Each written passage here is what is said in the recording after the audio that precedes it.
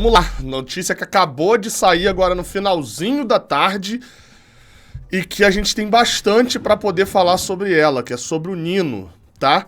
Segundo o jornalista Bruno Andrade, o Zenit avançou nas conversas para levar o zagueiro Nino do Fluminense. Vamos falar tudo sobre isso depois da vinheta, porque tem muita coisa estranha na história toda, tá? Vinheta.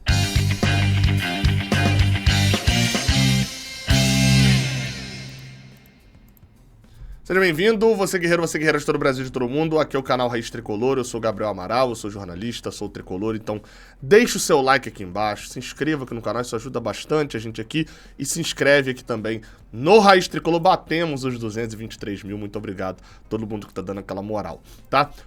Dá uma passadinha, cara, lá na GoCase, que é uma loja online de capinhas, cara. E mais do que uma loja, uma fábrica, sei lá o que dá pra chamar tudo deles. Eles têm muita coisa interessante, capinhas de celular, mas tem outros produtos térmicos, né? Garrafa térmica, enfim, tem várias coleções do Fluminense também, ó. Você vai vir aqui em times de futebol, Fluminense, ó. Tudo produto licenciado, oficial, ó. Agora eles estão com essa garrafinha aqui também, ó, que é uma garrafinha um pouco menor, né, de tamanho, né, mas de uma qualidade também espetacular que eles têm. A Fluminense vai jogar, enfim.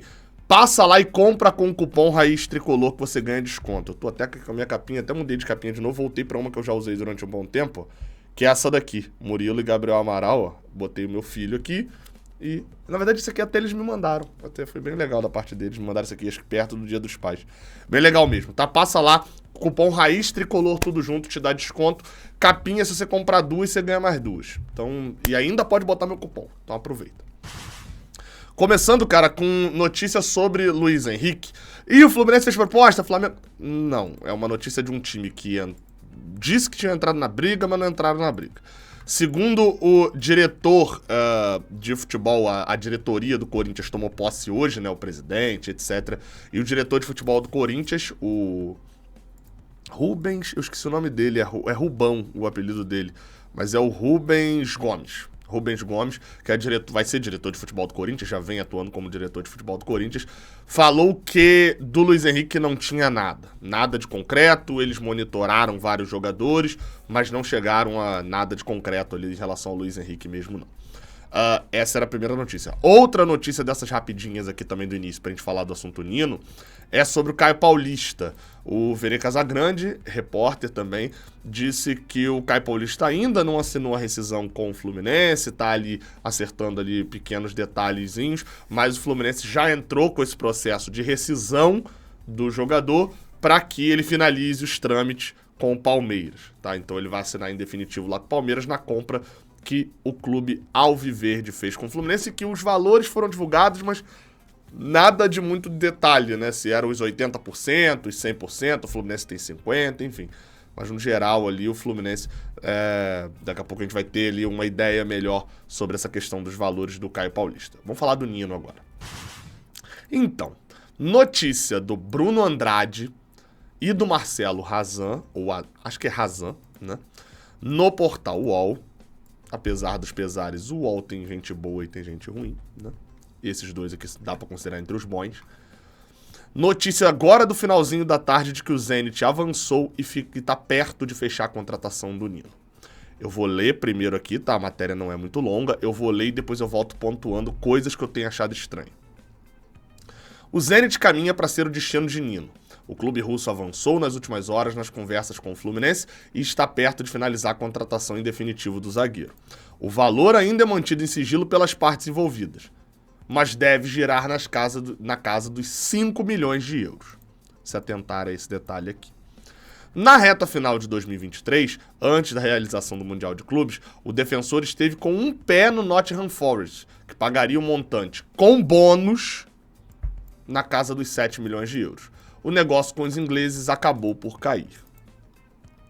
Aos 26 anos, o capitão tricolor também já foi alvo de forte interesse do Besiktas da Turquia e Al-Shabaab da Arábia Saudita. Nas duas ocasiões, no entanto, o clube carioca brecou a saída.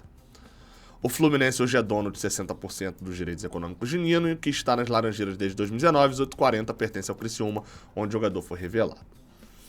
Então vamos lá, tá? Eu falei que ia ponto a ponto de que tem uma coisa estranha nessa matéria, não descredibilizando o Bruno Andrade e o Marcelo Razan, tá? Só tô falando de coisas estranhas, e essas coisas estranhas podem ser, inclusive, de apurações anteriores, não da deles, e a deles tá certa. Primeiro fator, eu vou aqui pontuar do meio pra trás, né, mas é que o Fluminense brecou a saída dele para o Besiktas e pro Al-Shabaab. A informação que eu tenho é de que um time do Oriente Médio, eu não sei se era do Emirados Árabes ou da Arábia Saudita, mas era um time de um desses dois países, fez uma proposta pelo Nino, se eu não estou enganado, no final de 2021 ou no meio de 2021, mas ao longo do ano ali de 2021, fez uma proposta e o Nino preferiu não ir por uma questão pessoal. E que questão pessoal é essa? São duas questões pessoais mais específicas. Primeiro, acredito até que seja a Arábia Saudita, porque o Nino é cristão e a Arábia Saudita é um país islâmico. Ah, só essa diferença? Não, por conta da forma como tratam as mulheres também. Então, assim, não era um ambiente, aí a gente vai para a segunda questão, que é, não era um ambiente onde o Nino gostaria de criar a sua família. O Nino sempre deixou claro isso, o Mário Bittencourt sempre deixou claro isso, de que o Nino não está saindo do Fluminense só por uma questão de grana, só por uma questão de visibilidade. O Nino está indo para poder ganhar mais dinheiro, obviamente, e criar a família dele num ambiente, num país com mais oportunidades, com a qualidade de vida melhor do que ele tem no Rio de Janeiro. Então, isso sempre foi falado. Então, não tinha sido o Fluminense que tinha brecado a saída para esse clube. Pode ser que o Al-Shabaab veio, fez uma proposta e o Fluminense negou também. Não tô falando que a dele está errada, tô acrescentando aqui esse ponto de que o próprio Nino não queria ir para a Arábia Saudita. Entendido? Vamos para outro fator aqui, que era a questão do Zenit, antes da gente falar do valor. Tudo isso que eu acabei de falar não se aplica a um país que está em guerra. O Zenit é de São Petersburgo, né? Não é necessariamente de Moscou. Eu nunca estive na Rússia, mas imagino que São Petersburgo deva ser uma cidade, pô, maravilhosa de se viver, muito legal e tal, show. Tirando o fato de que faz um frio do cacete, porque eu lembro na Copa, São Petersburgo era colado lá no norte, né, da Rússia. Tinha uma questão de que São Petersburgo não anoitecia e tal, eu lembro bastante dessa situação toda, ou anoitecia por poucas horas e tal. E que a Rússia está em guerra.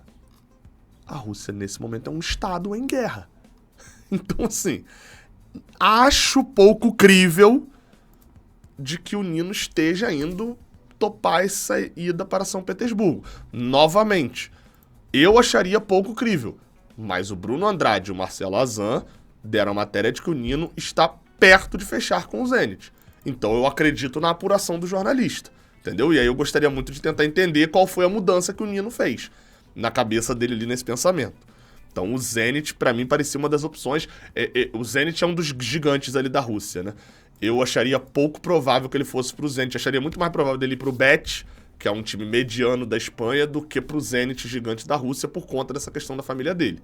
Mas é a apuração deles. Enfim, então é apuração contra análise, meu amigo. Informação ganha de análise. Tua opinião vai até onde existe informação. Parada é essa. E o último fator aqui que eu tenho, que é mais uma vez uma questão meio estranha, que é o valor nos 5 milhões de euros. Por que isso? Porque o Nino sairia pela multa. O Nino sairia só pela multa e etc. Nessa matéria aqui, não diz que a multa do Nino é 5 milhões de euros. Diz que o Nino estaria saindo por 5 milhões de euros. Vocês vão lembrar que naquela matéria do Pepe Elias, lá, jornalista do Bissoccer, que cobre o Betis, o espanhol, tinha falado que a multa do Nino era de 5 milhões de euros. E isso me causou estranheza naquele vídeo, uma coisa que eu já falei aqui, mas eu vou botar aqui nas palavras de outras pessoas, de outra pessoa, tá? Que é um perfil no Twitter chamado Braz Tricolor, 12. Enfim, um rapaz de São Gonçalo, muito gente boa lá no Twitter. E eu vou botar aqui nas palavras dele, porque eu já falei isso uma vez, E eu vou ler aqui para ver se fica mais claro. Ele botou aqui: tô com dificuldade de entender essa história da multa do Nino. O que era público era que o valor da multa era de 7 milhões de euros. Informações também aqui do Brasil. Tanto que o Tigres fez uma proposta de quase 5 milhões, na época foi 5 milhões de dólares, né, que dá quase 5 milhões de euros, e o Fluminense recusou. Se o Fluminense recusou é porque não era o valor da multa. Multa não pode recusar. Aí agora tá saindo que ele tá sendo vendido pelo valor da multa e de 5 milhões de euros. Podem falar que é porque o Nino está no último ano de contrato, mas isso é a multa para times brasileiros.